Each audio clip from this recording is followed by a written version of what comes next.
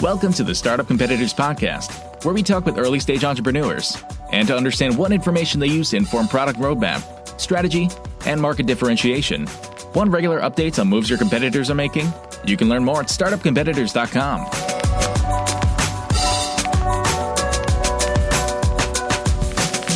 Hey there. Today we're chatting with Steven Plappert, who's one of the co-founders and CEO of Forecastr. Forecastr helps you effortlessly manage and forecast your finances so you can better run your business. We talk a little bit about their very recent launch, traction that they had well before they launched, cashing 87 checks before their product even went live. It's a great little vignette. We talk about their interesting business model where they do white glove onboarding. We talk about how they're going to scale that. We talk a lot about finances in an early stage company and how to think about finances. We talk about the competitive landscape for Forecastr, how they track it, what they think about competition. We talk a little bit about product roadmap, and we talk a little bit about accelerator incubator experience with Techstars and how they're thinking about sales and a whole bunch of other stuff. It's great episode. We packed a lot into 30 minutes. Really enjoyed this conversation. Steven and the team at Forecastr have already agreed to do a round 2 where we're going to dive deeper into the product and maybe see what that onboarding experience is all about. Really excited for this one. Hope you enjoy it. Find the Forecastr folks online and tell them thank you for coming on the podcast and thank you so much for listening. This episode is brought to you by Full Stack PEO. Most founders start companies because they figured out a better way to solve a problem or serve a need, not because they love tracking payroll, filling out compliance forms, and explaining employee benefits packages. And yet, all that stuff still has to be done. That's why there's Full Stack PEO. Full Stack PEO specializes in turnkey HR for emerging companies, not just those core services, but advice and expertise that help founders maximize employee potential. Curious? Find out more at fullstackpeo.com. Hey, welcome to the podcast. Today we're chatting with Steven Plappert, who's the founder and CEO of Forecastr. Steven, welcome. Hey, Mike. Grateful to be here. Let's start with a quick pitch for Forecastr. Sure. Sounds good. So Forecastr is an online software platform that helps founders build great financial models so they can make better decisions, impress investors, and get funded. I like all of those things. So this is going to be fun. Take that one level deeper. If I'm using Forecastr for Startup Competitors, which is one of my companies, what would that user experience look like for me? And so what that looks like is you would actually purchase an annual subscription to our software. That comes with a human white glove onboarding process. So I myself am a startup finance expert. My co-founder Logan is as well. We've got a team of analysts. We actually work with you on a video call to build your financial model out in our software live so that you get a good understanding of how your financial model works, and we can kind of transfer ownership of that model to you. And once that model is constructed, we then kind of send you off on your merry way and we play a support role. So we kind of take a very dedicated process to actually getting our customers stood up in our software to make sure they have a great model and that they understand it and they're set up for success. And then we play a support role from that point forward. And for any of those that maybe aren't familiar with a financial model is essentially a forecast, a projection of your business into the future. So it projects your revenue, how much revenue are you going to make, how many customers are you going to acquire, who are you going to hire, what are you going to spend money on, and at the end of the day, how much cash is in your bank account and what's your runway and all these types of things. So this is really what we help our customers do. I love it. Now I'm going to have some I love this business idea, by the way. So I'm going to have like some very personal, deep questions. You don't have to answer any of these, but I'm just going to roll with it. So this totally makes sense if I'm launching a business and need to raise funds and need to be able to show projections and forecasts and stuff like that. This is an awesome solution. Love the white glove onboarding. I'm going to come back to that. One of the challenges I can think of is once I've raised my funding, why would I still use Forecastr? Walk me through, once I've hit that milestone that I thought I needed your help with, what continued value am I going to get in future years? Which may not be, I think I know the answer to that, but may not be obvious to everybody who's listening. Yeah, no, that's a great question, Mike. And the reality is for a long time, we've been doing financial modeling out of Excel for a long time. Financial modeling is kind of considered one of these episodic business functions where, when you need it, you really need it. Usually around a fundraise, there's a flurry of activity, and then it kind of gets neglected. Beyond that, a lot of that is due to just the lack of a good experience in Excel and the problems that Excel has. But with Forecastr, really, the reason why you want to use Forecastr on a regular basis once you've raised your round is typically, if you're a startup, you're not profitable. So you're kind of a ticking time bomb, if you will. Like, you're going to raise some money, you're going to spend that money, and by the time you've spent that money, you better be where you thought you were going to be so you can raise new money, or you better have turned a profit. And that is actually really, really difficult to do. And one of the most helpful tools in your kind of tool shed, so to speak, in order to achieve those objectives is forecasting, so that you can see, hey, yes, indeed, I can hit my objectives over 18 months once I've raised my round. And then tracking yourself each month to kind of benchmark against your forecast and say, hey, am I actually tracking towards my goals? How much money do I have right now? And based on my hiring plan and based on my expenses, what is my runway? This is kind of your spyglass, so to speak, so you can keep looking out into the future. And as obstacles come up, you can avoid them. It's really important that you do this so that ultimately, once your runway does dwindle and you're in that kind of 6 to 9 months worth of runway, you really need to have a good capture over that. So you can say, hey, okay, I'm 6 to 9 months out. I better either be profitable in the next few months, or I need to kick off a new fundraise because I'm starting to get into the danger zone. So that's really what a lot of our customers do, is they use the product to convince investors to invest in the company because they have like a grounding and good financial hygiene is what we call it. And then once they've raised that capital, they use our software to manage their runway and make sure that they hit their targets. On that ongoing piece, how much of the data coming into Forecastr is automated? I'm assuming you're doing like an integration to QuickBooks Online or, something like that. What does that look like? Yeah, that's a great question. And that's the plan. We're building the plane as we fly it here. So we just launched our beta in December, and it's a forward-looking 3-statement financial modeling product. So it forecasts all components of a business. It forecasts income statement, balance sheet, and cash flow statement. Right now, it's just forward-looking. So there's no historical data that gets ingested into the software. But that's the next big task for us, is kind of supercharging this core product with a variety of data integrations. And you were wise, to key in on the most important one, which is QuickBooks Online. Accounting data is the most important data, financial data, to kind of ingest into a financial model. So we're actually working on QuickBooks and Xero right now, which is what most startup companies use for accounting. And we'll have those done by the end of the quarter. So that'll be a nice value bump in the product once we can really get automated financials being powered into the software. And I was remiss. I dove right into a bunch of questions that are exciting to me. We should probably hit current status real quick. So you just launched in December. What other kind of vanity metrics can you share? Size of the team, current customers, revenue, funding, anything to help paint a picture for somebody who's listening where you're at on this journey?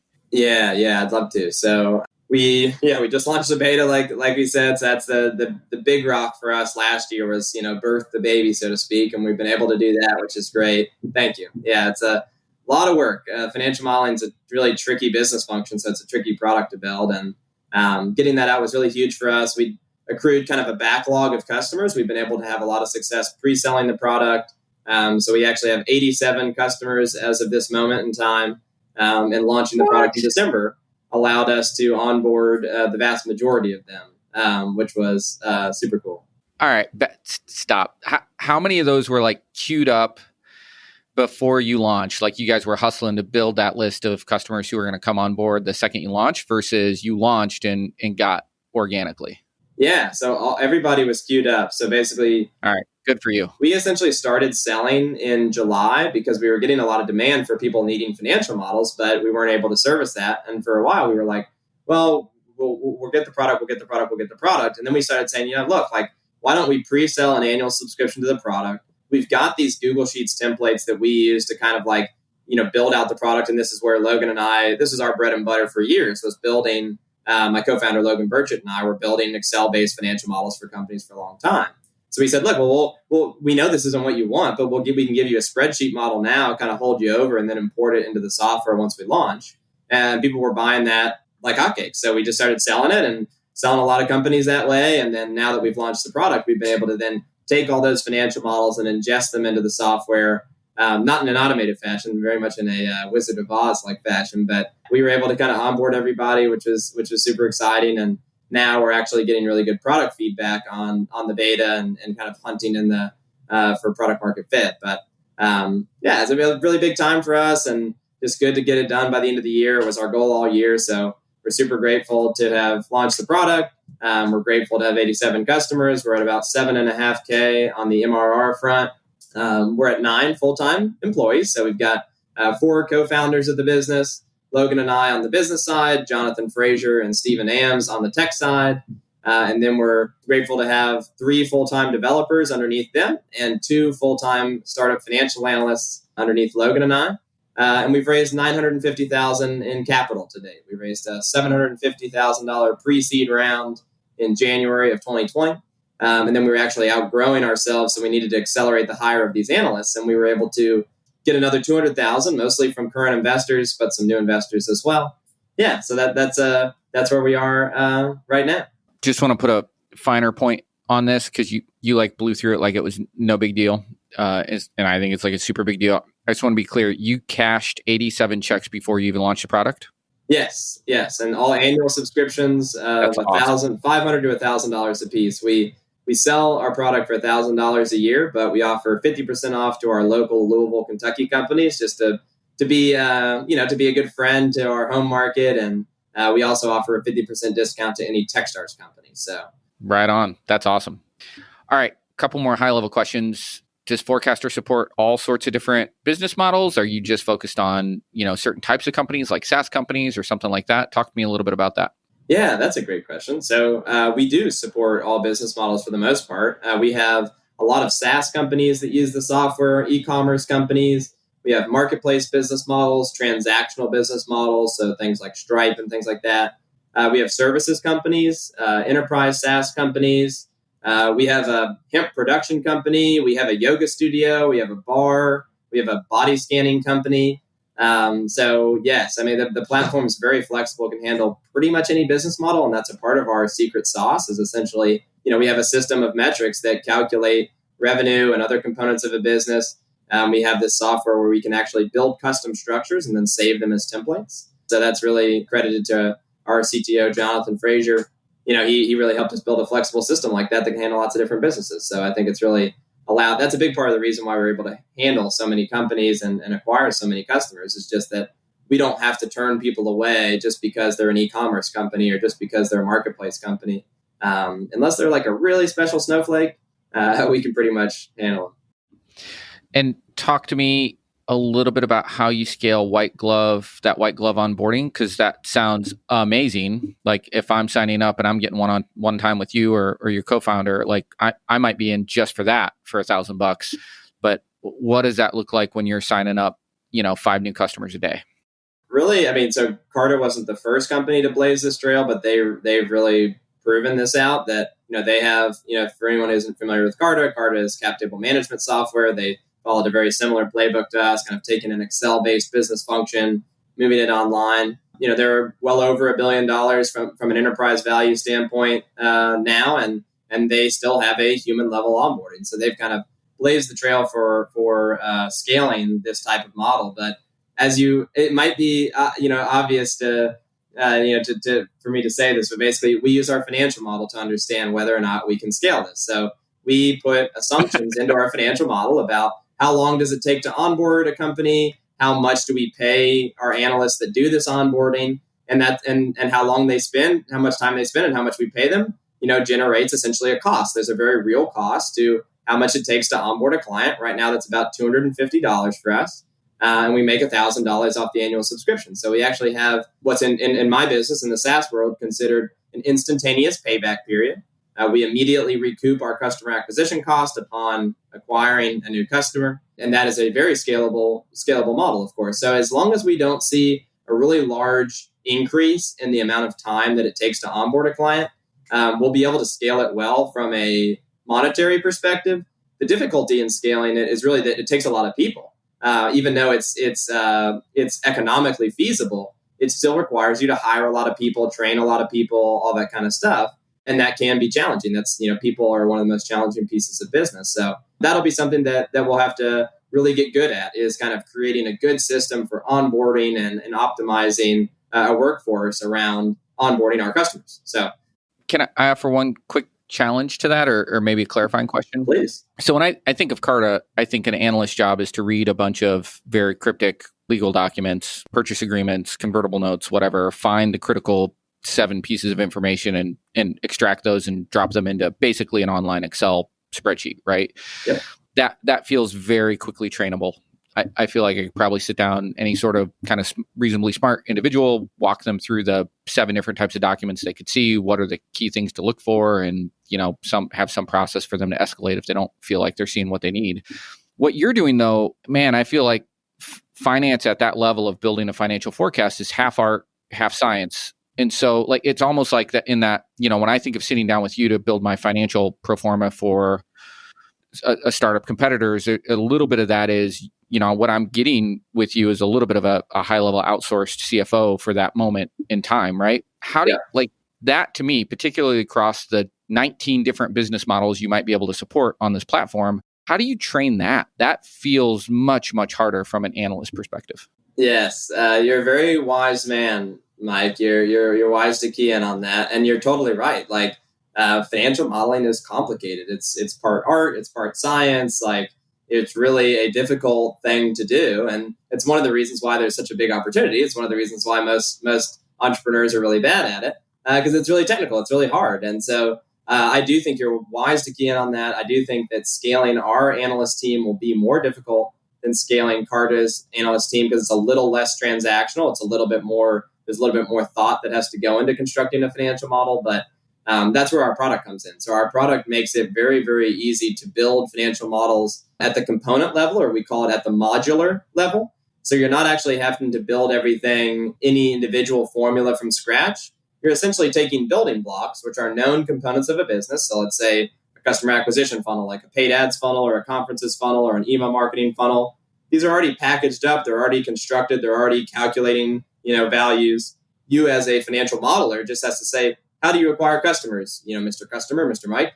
You acquire through paid ads, email marketing, and conferences. Boom, boom, boom. You add those 3 to the financial model. And then how do you monetize your customers? You use SaaS and transactional. Well, we're going to choose the SaaS revenue stream and choose the transactional revenue stream. And all the math is actually done for you in the software.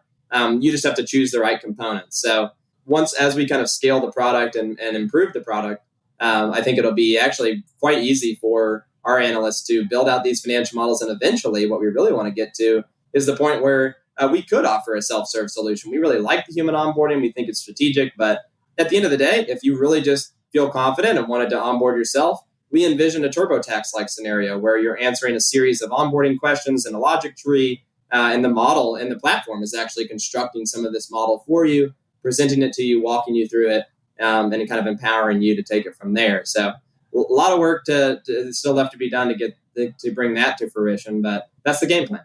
All right. This occurred to me while you were talking, and I would be remiss if I didn't ask it. You're 100% allowed to say no. And I'm happy to pay for it. Any chance you'd be willing to do a part 2 at some time where you and I use Forecastr to build, like we just record the onboarding session where we build the financial model for startup competitors? I would love to do that, Mike. That would bring me a lot of joy, man. All right, we're doing that.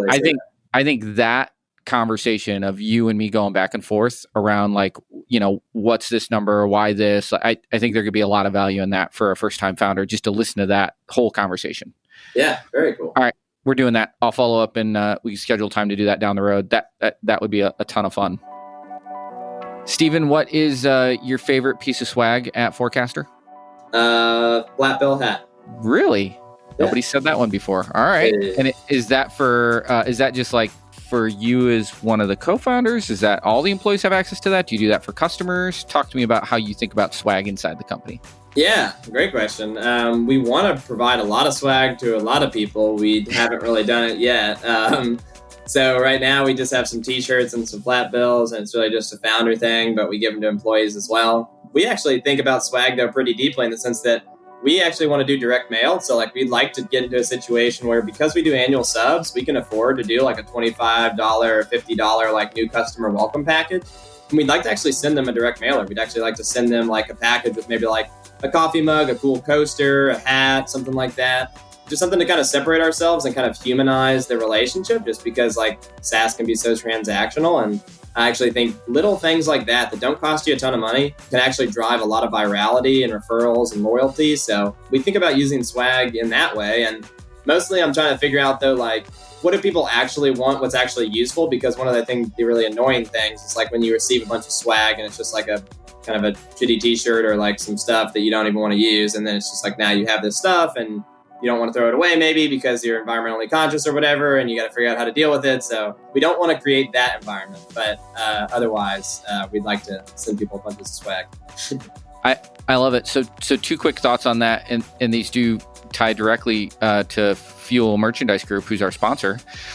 So we've done we've done that where in one of our companies where we've had people sign up and then we send them direct mail, just kind of welcoming them to kind of the product family and stuff like that. You're absolutely right. Very much humanizes it, makes it a great experience. We drop a handwritten note in there. Yeah. And the other thing we've used it for is on the business development side, where when you think of a drip campaign of like email, DIN connection request, as you're trying to penetrate into a potential new account, which in your case could easily be one of the accelerators, incubators, right? So something who's going to, a relationship that could have, far-reaching implications. We've also found that including swag boxes in that process where, it's also a way to introduce them where it's this like physical thing that's on their desk or, the hat or something like that where, again, with a handwritten note, they're much more likely to follow up to that LinkedIn request or email. We've seen that with some of the campaigns we've run with Fuel as well. Yeah, it's really interesting. Thanks for that. Yeah.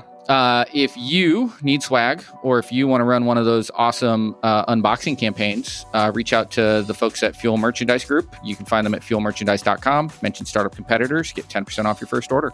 Cool. Yeah, I will take a look at that because that is something that we want to do, especially I think once we close this round, we're going to get a lot more specific about like how we're driving sales and stuff like that. So I think, and we'll have more cash to play with. So yeah, fuelmerchandise.com. Okay, cool.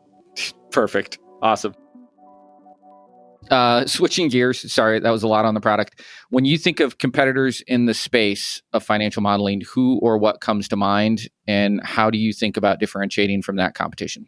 Yeah, that's a great question as well. And as a CEO and as a CEO who's fundraising right now, that's a big thing that I'm thinking about is differentiation and what's the competitive landscape. So, right now it's what's considered a blue ocean market in the sense that really no startup competitor, no like online software competitor is really established in the market. Everybody's using spreadsheets. So we have 87 customers. All of them were using spreadsheets before adopting our solution. We've done a few hundred customer discovery interviews with our target segment. All of them are using spreadsheets as well. But there is a lot of startup competition. I mean, I think for a lot of people, this is kind of a no-brainer idea. Usually the first question I get is, really? That doesn't exist already? Like, what's the deal with that? And so there's a lot of other folks that are going after this idea as well. I've identified really a few dozen companies that are out there. Some of them have kind of fizzled out. Some of them are just not really that credible, I would say, as a really big player. But there's about 9 companies that I consider solid competition. These are good founders with either founding expertise or good chops, at least as far as you can establish, from a public LinkedIn profile. They're all more or less at our stage, but it's going to be a dogfight to some extent. And I think it's a big space and there's going to be plenty of winners. And I don't mind throwing out some names. Like, I think the one that impresses me the most is a company called Mosaic. Their website is mosaic.tech. They've raised a Series A. They're from San Diego. And the founders have good startup finance expertise.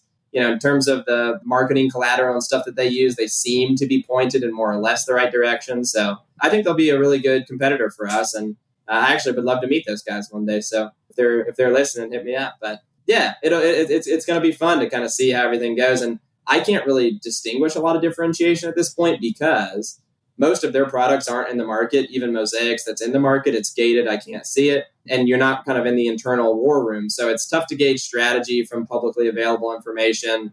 Products too early to establish differentiation in the market. So it's kind of tough. It's one of those things where for me as a startup founder and a CEO, I concentrate on playing my game. I concentrate on understanding the market landscape, but focusing on us and playing our game. Okay. And I think if we play our game really well, I think we're really well positioned in the market, and I think we've got a good chance to win it. So, that's what we're focused on. So that's a great layout of the overall landscape that you're playing in. Talk to me a little bit about your process, if any, and you're allowed to say you don't have one, for how you track that. Like, how do you stay on top of, well, one, maybe how did you, you're a founder, you're raising money, you're trying to find the right wedge into the market. So you're probably constantly doing some research on competitors. Where are you doing that research? How are you keeping track of things? Do you and the team have a process for kind of how you keep that landscape up to date? Yeah, we do. So, we're kind of spreadsheet nerds. I mean, that's how we built this business. And so we've got a lot of spreadsheets for lots of stuff that, anything other than our spreadsheets. Yeah, right. So we do. We keep our competitors in a spreadsheet. We actually have the great fortune of a pitch book subscription, so we know a lot about our competitors that isn't public, and we keep that information close to chest. It's good to know. So, but we don't spend a lot of time on it, Mike. I will tell you. I think it's one of those things that entrepreneurs actually over optimize for, is kind of understanding competitors and that kind of stuff. It's obviously important to keep a beat on things, but I think in a large sense, really agonizing over competition is a waste of time. I think that you just got to get out there and execute and play your game. And there's not a lot you can do to stop competitors from entering the market. There's no reason to have anxiety about it. You just need to really kind of keep a beat on, hey, who's out there? What are they doing? Check in every once so often. And so I essentially have like a quarterly process where I've got this spreadsheet. I've got everybody in there with a SWOT analysis. And I just check out their website once a quarter. I just kind of poke around on their social once a quarter. I just kind of see, what are they doing? Anything interesting? Anything I want to draw inspiration from, that kind of thing, and then close that out and get back to business. Solid answer. So you're still super early. So this is a tough question, but I'd love your thoughts on what you think it'll look like. So everybody at your stage is in the search for product market fit. Do I have it? Do I not have it? In what ways do we need to pivot to get more of it? As you reflect on the success that you've had over the last couple of months and the sales conversations that you're in now, what are some of the things you're looking for when you think about product market fit? Like, how will you know you have it with this product? Yeah, that's a really great question. So there's a few things that come top of mind for us there. So the first thing I'll say is that, we have essentially adopted the superhuman process for product market fit. And for anybody who doesn't know that process, just Google search that. But it's a really great process that Raul and his team have established. And it involves, at a minimum, just kind of sending out a survey to your customers that use your product once every few weeks and just asking them, how disappointed would you be if you no longer could use this product? And the percentage of customers that say very disappointed can help tell you if you found product market fit. Obviously, you want people to be very disappointed. So that's a process that we run. It's early because we just launched the product in December, so we don't really have a lot of good data on it yet, but that's the process that we're running. Outside of that, though, what really tells us if we have product market fit is two things. One's squishier, one's more quantitative. The squishier thing is just customer love. Like, we look for organic customer referrals. We look for organic customer social posts, which we've gotten. We look for like this. Like, one time I was onboarding a customer and I literally had a founder tear up and start to basically cry because they were so happy and so relieved that they finally had a financial model that they understood. Like, that helps me understand that, like, I have product market fit. And it was just that, it was wild. It's like, I'd never thought that someone would do that with their financial model, right? But like, that's the power of a really good product and a really good solution. So we look for that kind of organic behavior that's more subjective, that's more anecdotal. And then from a more metric standpoint, we look for a certain level of activity. Financial modeling really should be a monthly function. Certainly, you could use it weekly, you could use it daily, but really you need a monthly cadence with financial modeling. You should, on every month, be looking at, how did I do last month with respect to my income statement or my accounting? What did I say I was going to do in my forecast? And what does that variance tell me about the future and how I should update my model to be more accurate? So we really look for a monthly cadence when it comes to financial modeling. And there's some other metrics that kind of back that up in terms of how many edits were made on a month or how many investors the product was shared with. But that's more or less, the process that we execute to try to make sure that our product is pointed in the right direction. You said something there at the end that kind of triggered something for me. How much of the use of Forecastr, once I've got a model set up and running, is more on that financial discipline side, which is where I think you opened it, And then as a parting comment, you said shared with investors. How much of what you're seeing is people actually exercising the financial discipline and asking questions of the model versus just keeping things up to date so that their monthly emails, quarterly emails to investors are easier? Yeah, that's a great question. And unfortunately, my answer is going to have to be, I don't know. It's just too early. Like when I say we launched it in December, we literally onboarded our customers like at the very butt end of December, like post-Christmas, blitz to get it done by the end of the year. So like we're 2 weeks into people using the product in earnest. Like people have touched the product before. People have used the product really since like September when we released an income statement product, but they haven't actually been able to adopt it as their official system of record, source of truth, official financial model until just now. So it's too early to tell, but that's the biggest thing on our minds really from a usage standpoint is figuring that out, like understanding, who's using it in a fundraising context, who's using it in an operational context, and what kind of things do we need to do as a company to transfer more people over from that fundraising context, which is essentially our acquisition hook. That's why people buy the product typically, into that operational use case, which is how we get longevity and retention and loyalty and drive value. I mean, that's the value of a financial model is using it operationally, and we want to provide value as a company, right? That's why you build a company. So it's something that we're super focused on, but it's too early to tell. Good answer. Sorry, I keep forgetting you're only a couple weeks in. All right, talk to me a little bit about product roadmap. Not maybe in the short term, but talk to me maybe 3 years from now. What does Forecastr look like? Our vision for the product is to drive more transparency into the financial health of private companies. So everything that we do needs to align with that vision. So anything that we build in Forecastr is built with that in mind. Does this drive more transparency into financial health? Really for all stakeholders. Stakeholders for us are business owners, their investors, employees as well. So right now, we've got a core financial modeling product. It's a forward-looking 3-statement financial modeling product. We want to bolt on a lot of data integrations, which power the financial model with data and make it more smart. And that data allows founders to essentially analyze it and get more transparency and insight into the financial health of their company.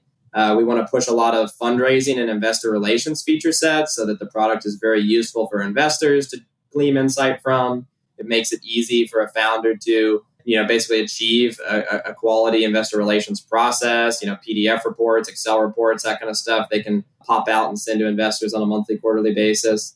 And then everything's around financial planning and analysis and financial insight and transparency. So forecast versus actual, unit economics, scenario planning, even anonymous benchmarking. One of the things that we think is really cool is that once we achieve network scale with the company, we can start to benchmark companies against their peers and tell them, in what percentile they are in terms of their churn assumptions, their price assumptions, et cetera. And we can help to essentially shepherd people into a more valid set of assumptions based on benchmarking them against their peer companies. So that's really a lot of what we want to do to really supercharge the product, we call it. And that's the vision, more transparency. You said something earlier as well that's now interesting to me. It just hit me. You said a 50% discount for Techstars companies. Did you go through Techstars? Yes, we did. How was that experience? So I've actually been through Techstars twice with both companies that I've started. So I started a company called Fantasy Hub in 2013, and we were a daily fantasy sports company. So we were like a DraftKings or a FanDuel, and we were actually the first Kentucky company to ever get selected into a Techstars program. So I'm a Louisville, Kentucky native. It's where Forecastr is based as well. And Fantasy Hub kind of broke the seal there for Kentucky. We've now had 4 companies from Kentucky go through Techstars, the latest of which is also mine, Forecastr. But that's, really cool. I like Techstars a lot. They taught me a tremendous amount the first time around in Austin, so much so, and I liked it so much so that I really wanted to do it again. It's like, Techstars is super fun. It's just a great group of people. You're surrounded with a great group of mentors. Everybody is just fun and eclectic and smart, and it's just a ton of fun. And for this company specifically, it's also an incredibly strategic relationship for us. Techstars births 500 companies a year, and all those companies need financial models. Techstars has baked financial modeling into their core curriculum. So it's a perfect environment for us to get in, add value to Techstars, and really participate with a lot of these Techstars programs and acquire a lot of top tier startups. Techstars takes less than 1% of the startups that apply. So by definition, they're kind of skimming off the top. And a lot of those companies can then become our customers. And those customers are influencers. People look to Techstars companies as great influencers, and whatever Techstars companies do, a lot of other companies will follow suit. And so that's kind of how we've been able to leverage it. But, Techstars was a great experience for us. We started in January of 2020. We graduated in May. Our managing director, Ryan Cooter, is an incredibly smart and talented and experienced individual, as is the program manager, Kendra Dixon. And we were able to just learn a lot. We got a lot from mentors. We focused on branding, we focused on early product, we focused on customer development, and it was great. And we've been able to work with 15 Techstars programs now as essentially an extension of their staff, providing financial modeling workshops and working with the customers or the companies in the cohort, to become customers. A lot of them do. So that's kind of a little bit about that experience. And I'm a big fan of Techstars, as you can tell. So, interestingly enough, if there are, because I think there are other folks listening to this who run other kind of incubator accelerator programs and they wanted to partner with Forecastr, is that an option? Absolutely. Yep. That is, not only is that an option, that is a huge, huge focus for us. Like, strategic networks is a big thing that we're focusing on, and we want to get in there and add value. So if you run an incubator, if you run an accelerator, even if you're at a VC, we would love to drive value for the companies that go through your programs. We'd love to offer financial modeling workshops. We do it really well. We've done it a lot. And we'd love to offer discounted use or discounted prices to our product as well. So Steven at Forecastr.co is my email. Sell early, sell often. That's right. All right. And that's actually probably a good segue. We're getting close to time, and I'm already going to definitely have you back for round two. Real quick, so Steven at Forecastr.co, website, I'm assuming is Forecastr.co. Spell Forecastr, just in case. Yes, good call. Forecast.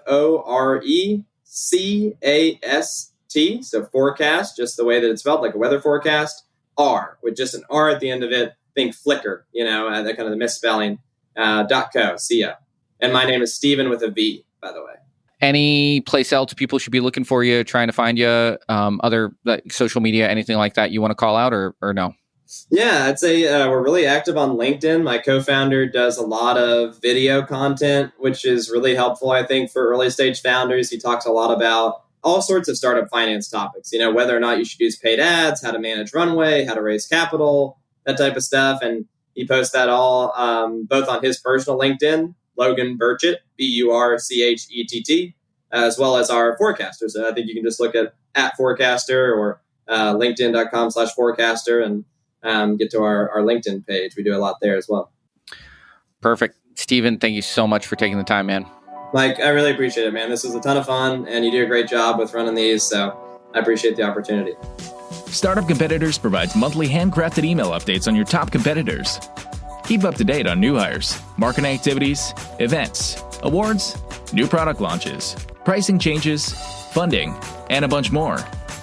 Learn more at startupcompetitors.com.